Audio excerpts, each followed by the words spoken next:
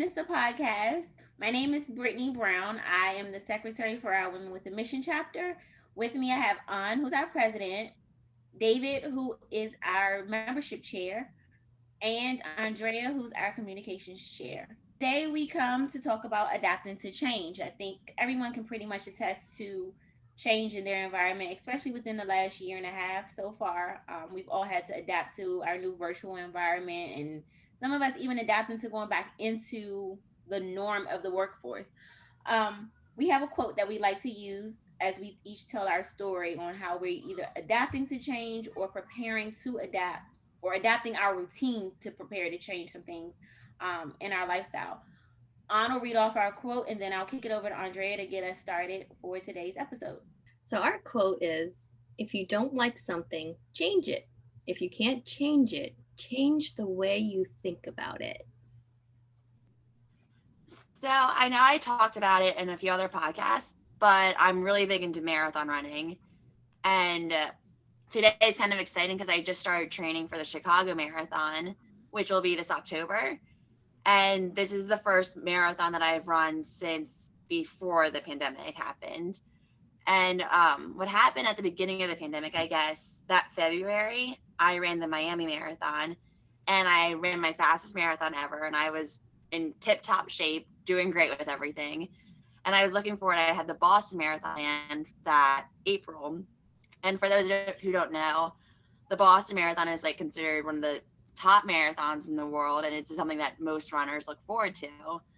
And that's something I was just striving every single race. I was like, that's what I'm working towards, getting to the Boston Marathon. So when that got canceled, obviously there was so much other things going on in the world too, but I was just personally, it sunk for me. And at the same time that all got canceled, I was also going to like a boxing studio and doing all that kind of stuff. So that shut down as well. And so I kind of lost my sense of routine in a way. And clearly I do love fitness stuff. And losing all that at once, I kind of got a little lazy, I guess, and stopped taking care of myself. And I was not eating as healthy as I probably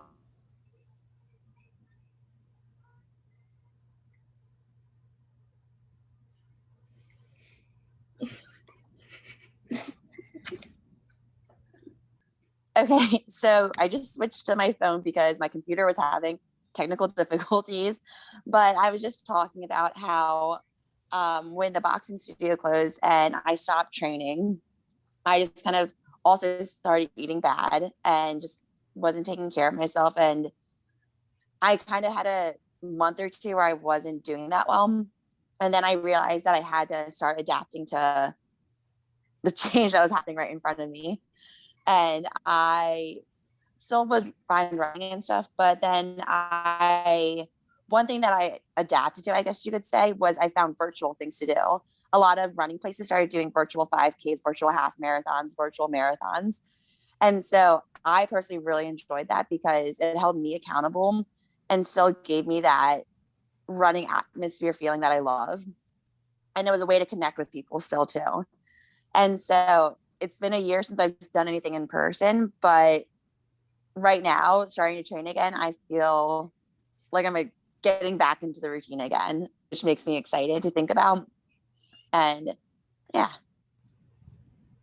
Cool. Back into the running routine on the hottest day of the month, right? Just gonna keep getting hotter. So yeah, because I was doing runs during my lunch break, but now during the summer months, I'm gonna have to start running in the mornings and adjusting my schedule a little bit. But you do this, I mean, I've been running for 5, almost 6 years now, so it goes through cycles. Figuring out how to work with did something just kind of, what was the moment of truth that told you you needed to do something to get out of that sort of that rut? Well, I think when you're not eating as healthy and you're not necessarily working out, there has to be something going on with your chemicals in the body too. I'm not a scientist, I'm not sure, but I just felt so sluggish. I knew deep down I didn't like that feeling. So I decided for myself, I needed be dedicated to something. And so that's when the virtual races got me back into routine. And so, Okay. yeah. I don't know if anyone else was starting to eat a little bad too at the beginning of the pandemic, or kind of out of their routines. I feel like most people kind of had ups and downs with that.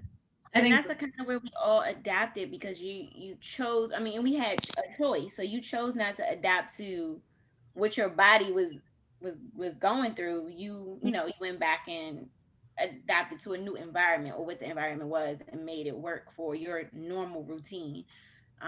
So that makes a lot of sense too. Just making that choice to say, I'm not going to adapt to what is easy, but I'm gonna stick to, I'm gonna adapt to what the environment is, even though it may be a little bit challenging for me to stick to what I'm used to or what my routine is. Yeah, because like the boxing studio I mentioned, I was going to the 6 a.m. class before work. And so like I was paying for that membership, so that held me accountable, And then once that shut down, I was like, well, no one's telling me to work out, Yeah. And that was kind of bad on my part. But the accountability is a huge thing for me. So the biggest thing with the pandemic, like I was the one who had to hold myself accountable for everything. So adapting to that kind of change took a little bit of time, but a year into it now, I finally got my routine down again. Cool. Yeah. So do you think it took you the whole year to really like get yourself motivated again, or? I think almost waiting for there to be another race in person, because like I was doing like runs here and there, but knowing that the feeling of a marathon's going to be in 4 months, like that's what I get so excited about. And knowing that it's going to be in person again, that's kind of like, okay, let's get after it right now. Yeah. So do you run with a buddy, or do you just? No. See, I don't know if I can do like run by myself. Yeah. I'm not running at all. Not with a buddy, not with a group. Well, it's one of those things, because I like to run. I mean, right now that I'm following a program, I'll do 4 to 7 or 8 miles during the week, then do a long run on the weekends. My boyfriend, he runs too, but he only goes 2 to 4 miles. So he's like, if you want to do a shorter run, you can run with me, but I'm not doing a long run with you. So it's kind of, I'm just on my own most of the time. Cool. Wow, I'm so interested in that. Again, it's that moment of truth, because people wouldn't see, we didn't record the beginning of this when An was very critical about people starting, not kind of, she said it's their fault sometimes if they don't start something. I said, Okay, so I'm not kind of right, but that's what happens. That is the biggest challenge, starting something. It's not necessarily their fault, right? But it's yes. But you have to try. If you don't try, then how can you complain? Just saying. Truth hurts. Just said, see, there you go. There you go. I can't wait to your part. I can't speak to you. But yeah, that's cool. I understand the part about when you compete. I do understand. You look forward to when something takes that away, and then you know it's coming back. You're right. That'll get you energized, and that can get you started, because you say, "Oh, I know it's coming up." Yeah. This tournament or this game is coming up. So I can see how that will kick you over into the new one. But sometimes we don't have those tournaments to get us started. So with me, I'm sort of a nature guy, so I take a hardcore approach to change and adapting to change, because in nature, if you don't adapt to change, you die. Species that could not cope with the change, they pass on, they go away. And I think of that, and I even think of that in fitness sometimes when I do some of my talks about getting movement. You have to move. If not, it's the old commercial that talked about a body in motion stays in motion, and a body at rest stays in rest. But at rest means your body is going to basically retard. It's going to stop growing. And that's the part for me that allows me to adapt to change. I want to always grow. something that in mentoring I would say a lot to people is you cannot sharpen a knife on cotton. You have to find a substance that is harder than that knife, and that's about growth. And so when things change, like with this pandemic, I'm a person who I set up a lot of routines. That's how I can do a lot. I have a lot going on in my, my work life and home life, and I set up these routines. So when there's a break, like what happened with the COVID and the this maximum work from home, that was a huge blow to my routines. But for me, it was something I looked at as, hey, I have to still grow. I can't just sit here, even though I'm like everyone else. I had to be aware of the COVID-19, those extra 19 pounds. I had to be worried about that. But I adapted in just finding new routines, new bike riding routines, even in my house, at the initial time of the pandemic, we had 6 people in my house. My wife and I were working from home. My daughter worked from home. My son-in-law, he was fortunate. He didn't have to work from home.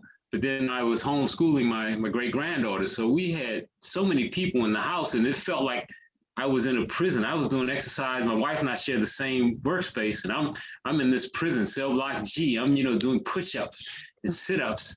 But I had to find a new routine, and that's not my norm. My norm is I go to a gym where you have equipment and you work out. So I had to find a lot of different routines because I knew I had to grow. If I didn't grow, then that means I'm going the opposite direction. And, I'm getting older, so I do not want to go in the opposite direction. I'm not fighting for all the time, but I know I like being able to like, you see my background. I like walking through woods. I like being active. I like being able to do those things. So that is the way I adapt to it. I look at it as you have to grow. I don't look at it as adapting to change. You have to grow. And I want to hear Anda. I still want to know when someone has trouble and won't try. I'd love to hear some of your your wisdom on what can make us try. Take that first step.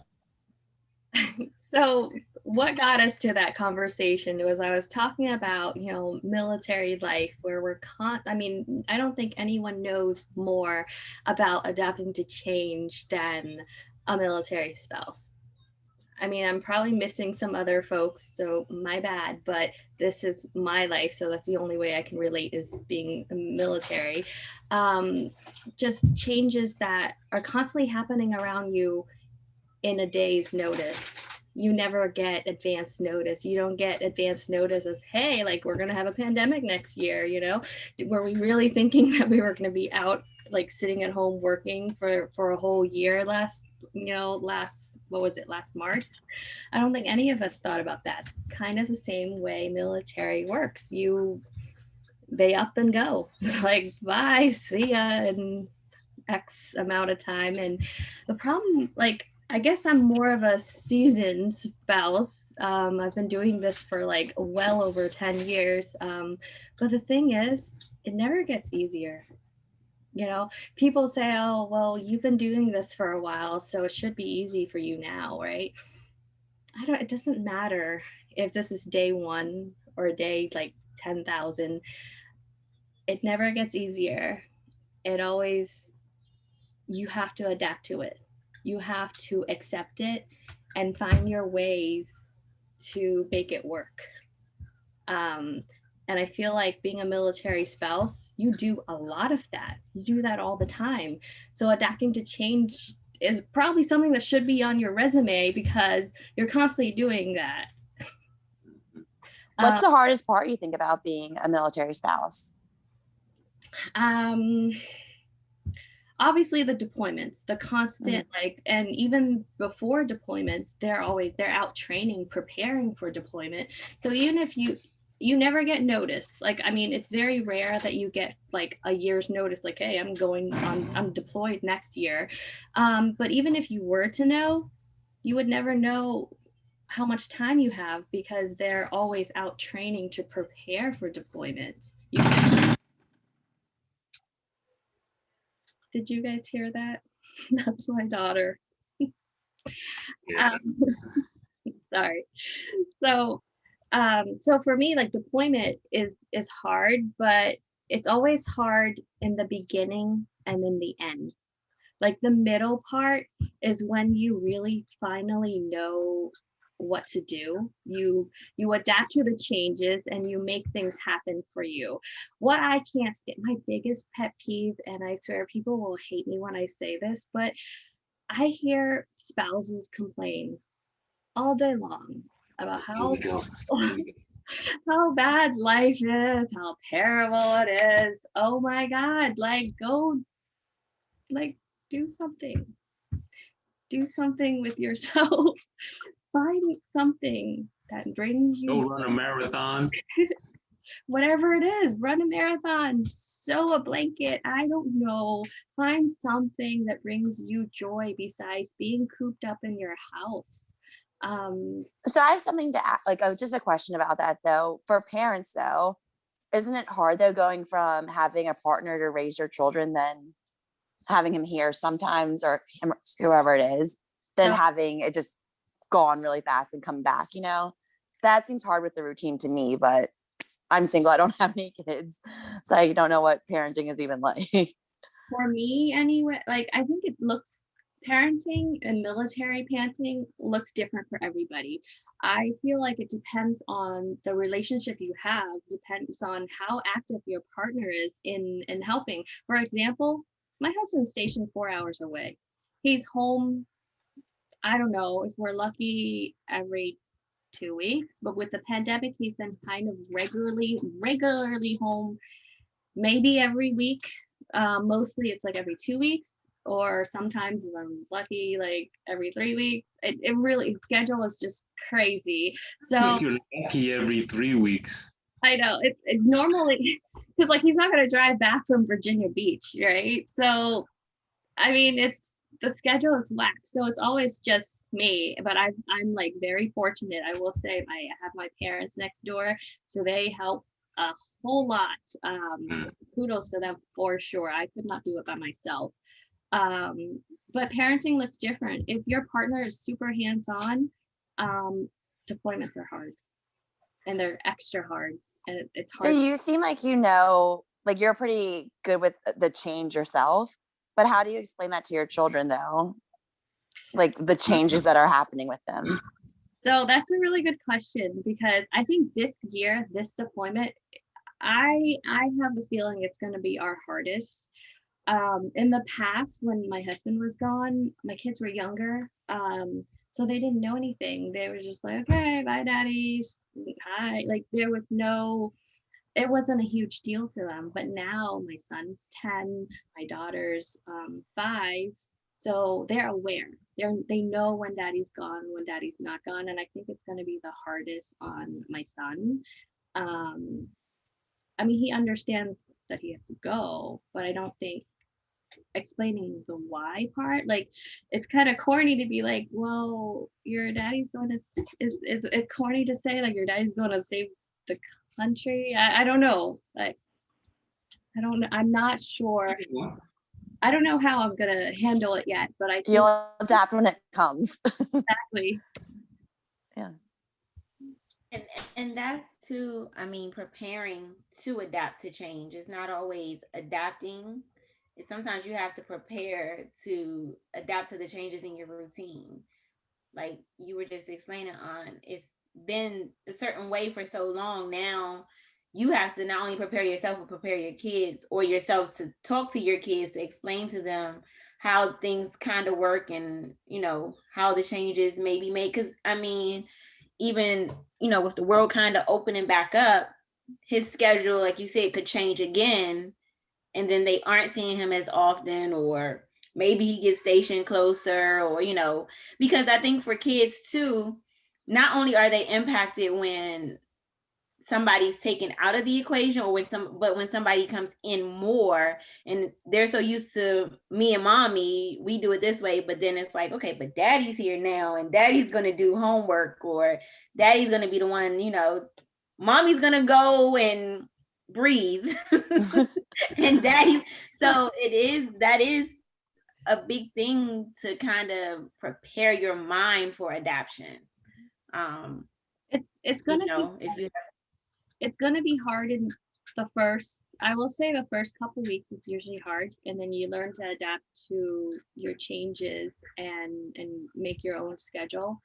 And then what's Mhm. so hard is when he comes back. That's the hard part. When he comes back is when your schedule gets interrupted and the kids are used to doing things a certain way, and he's coming back expecting them to be a certain way, and it's just like whoosh. And I can picture that. Who are you? Why are you here? Yeah. I've been doing this for months now. What are you doing there?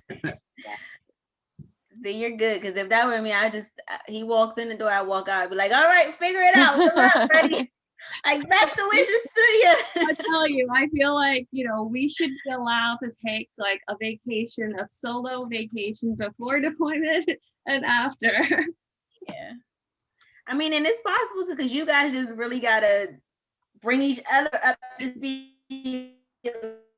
Okay, this is what's been happening.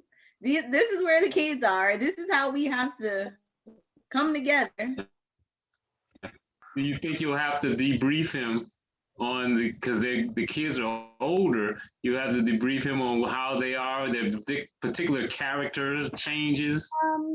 I think so, but the thing is, in our relationship, I mean, I take care of everything. He has to worry about nothing but work. Like, the thing about my husband is when he's like in his work environment, that's it. Like, I mean, we'll be lucky to get phone calls from him every other night.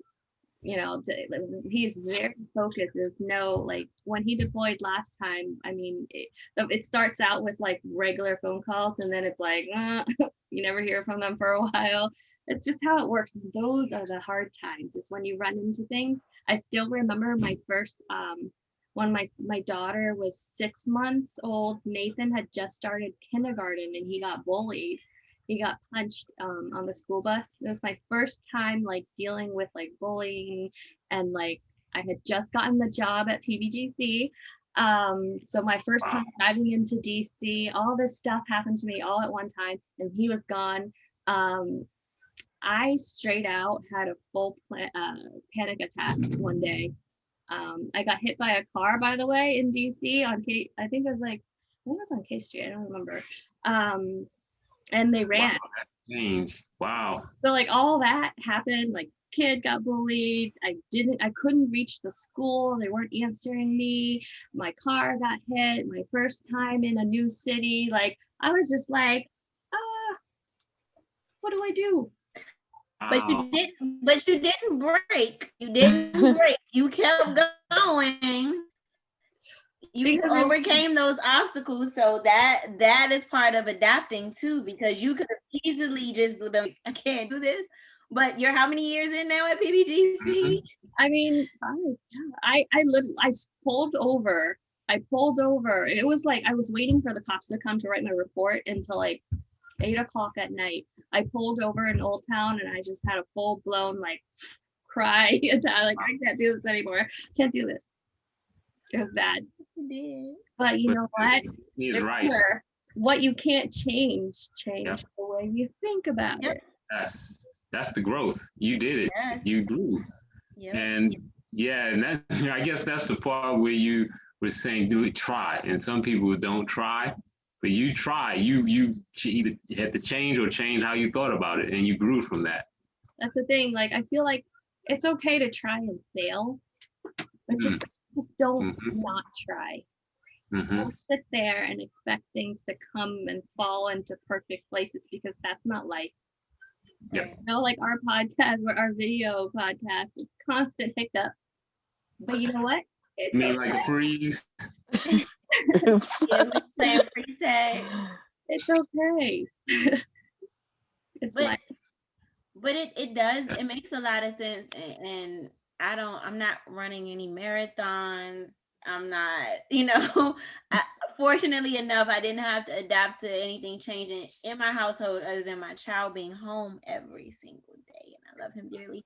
And I'm not adapting to a situation where I have a spouse that, his schedule is currently changing. But for me, it's more so preparing to adapt and even trying to adapt to something I want to change. And that's just like the lifestyle for me and my son, because it's going to impact him once I start to make changes within our household. So us eating and exercising regularly and trying to recreate a routine that works now that we have a new kind of environment. Is to say, oh, I want to eat right and I want to do this and I want to be at the gym. Before Carter, I was able to go to the gym. I was at PBGC at 5:30, 6 o'clock in the morning. I was able to get it in before work and then start my day. Of course, after having a kid, it does not work that way. So you have to adapt and then try and, now that he just turned 7 and he's a little older and I can start to put some responsibility on him. But on the flip side of that, now I have football twice a week. I have swimming once a week. I have, and it all falls on me. So I say, okay, I want to do this. So my challenge is not giving into I can't do it because I have to do because this has to happen. It's adapting to, okay, yeah, he does have to be at football this day and this day from this time to this time, and he does have swimming here and basketball does start next month. But how do you being me, how do I manage my schedule where I'm still making the changes that I want to make in my lifestyle? I'm still making the time, even if it's getting up earlier in the morning to work out before he's up or before I have to get him to camp. Or just taking that in between time. Okay, he's on the football field for 2 hours, then I have to make sure, and the football field not being far from our house, so maybe it's run home and make dinner at that time and make sure I'm sticking to my goals of not eating after a certain time, or I try to maximize on football time because there's a track. So okay, if I can't get a full body workout in, then at least I can walk the track while he's running the field. So it's just preparing my mind to say I want to do these things, and then actually pushing myself, like David, you were saying, to actually try and not just give into the circumstances around me, not accepting but adapting. So accepting, like, you just simply can't do it, like letting that devil on my shoulder say nope, it's not gonna work. But saying, you know what, I can adapt to something different because that's what I want for me. That's what I want for my household. That's the things that I want to do. So just preparing my mind and actually staying focused and pushing myself. And I think as a parent, for me, I know for my child to see me doing it, it also impacts them because it's like, okay, well, if mommy says she's going to set these goals and she's actually accomplishing them, then I can set goals and I can accomplish them. So it's when you have someone that's dependent on you actually looking up and saying, hey, well, it definitely makes a difference, and it makes you want to make a difference in your lifestyle and be able to show them adaptation and how an environment can change in a blink of an eye, or how circumstances can change. But if depending on good or bad, I've always been taught growing up, life is about choices and consequences, but there are benefits. So it's just a matter of how you take on what has happened and either adapt to it or let it adapt to you, Lemonade from lemons, right? Yeah. So that's it for me. Just saying I'm going to do it and stick to it, because the pandemic I have gotten super lazy. It's like, oh, I did my 8 hours of PBGC and I am going to now lay down and not do anything else for the rest of the day. Good luck to everybody else in the house. Exactly. See, that's yeah. I feel like On's approach. You gotta try. Yeah. And Brittany knows I will do this. I would tell people, I would say, look, I have a flip phone. Do you want to be like me? You should change. So I tell people that a lot. If you're not going to change, then you're a flip phone holder. You're not going to adapt. You're not going to try. And my dad used to always tell me and my brother, nothing beats a failure but a try. So you have to accept that sometimes the answer is going to be no, or it's just not going to work out the way you have it all planned out in your head. But at least you got out there, you tried it, and now you can say from experience, yeah, that's not for me, or I can't do this, whatever the case may be, but you did get out and try to do whatever it is that you felt challenged you. You tried to adapt to that environment. So I feel like one thing that everyone keeps on for all of us is just the effort of trying, there's going to be ups and downs, but you just have to have the mindset to be like never giving up in a way. yeah. It's just like it's life, right? You can't expect things to be stable and constantly all the time. It's not realistic. You're going to have ups and downs, roller coaster of life. Just gotta make it fun. Yeah, just us doing this. None of us, I think, would have said one day we'll be doing a podcast like this. It was change for all of us. You know who I never thought would have said yes? I think Andrea. I never thought that she'd be like, yes, let's do this. She did, and here we are. Here we are. All right, guys. So now we get to the fun part of our podcast. So what's new or fun that's happened to you in the last couple of weeks? Interesting. Who wants to go first? I'll go first. Okay. The cicadas, new and interesting. No, this is so. I hate to say it, but this is my third iteration of these cicadas, and every time it's just wow, it's crazy. It's just the noise, and you walk around, and they see you as a tree. They're not that graceful. They see you as a tree, and they fly over you. Today, I went to the gas station and I went in to pay cash for my gas, and I'm standing in line and something's crawling around in my hair. And I did like this and it flew out inside the gas station. That was so cool. So that's my new and exciting thing. David, that's talking to David is like 7-year-old nature kid. Like I just feel like you're part of nature. You don't grow in nature. Nature keeps you a kid at heart, because David is as excited as Carter when it comes to outdoors and bugs and animals and yes. So that I'll go next. We took Carter to Niagara Falls for his 7th birthday. Oh wow. Yeah, that was fun. So actually, because the American side is open, so we were able to get on the boat that goes into the falls. Now, mind you, it was only like 50 degrees that day. So it was cold. We've been all times of the year, but it was so cold for his first experience, but he loved it. And we're walking back to the truck and he's like, "Mom, is that a dead bird?" And I'm like, yeah, let's keep going. He's like, "Oh, poor little guy. He didn't even have a life." Carter, his life and just died a tragic death. Like, let's go. And he's like, "Oh, but he's just so sad." And I'm just like, did he ask you to Carter. No, because Carter knows his mother is not touching it. She's not standing over it. We're not doing that. So, but it's just so funny because the whole time we were in New York and Pennsylvania, there was not one cicada. When we got back, we were driving through Hagerstown. They started hitting the windows again. But going up north, we did not one. You didn't hear them. You didn't see them. They weren't on the windshield. Nothing. So back in your cars just splattered, right? Yeah. So yeah, that was our interesting, fun moment. Taking him up to see the falls. Yeah. Hey, Brittany, I have another interesting. Saturday, you mentioned birds. So Saturday, I did pick up. It was a dead crow. I was walking my dogs, and I had to pick it up and throw it. Case in point, guys. In the woods. But my other dog that was following me wouldn't eat it. So yeah, it's cool. I picked up the bird. Yeah. Not. Hopefully he had a beautiful life. Yeah, he did. He got to live a full life.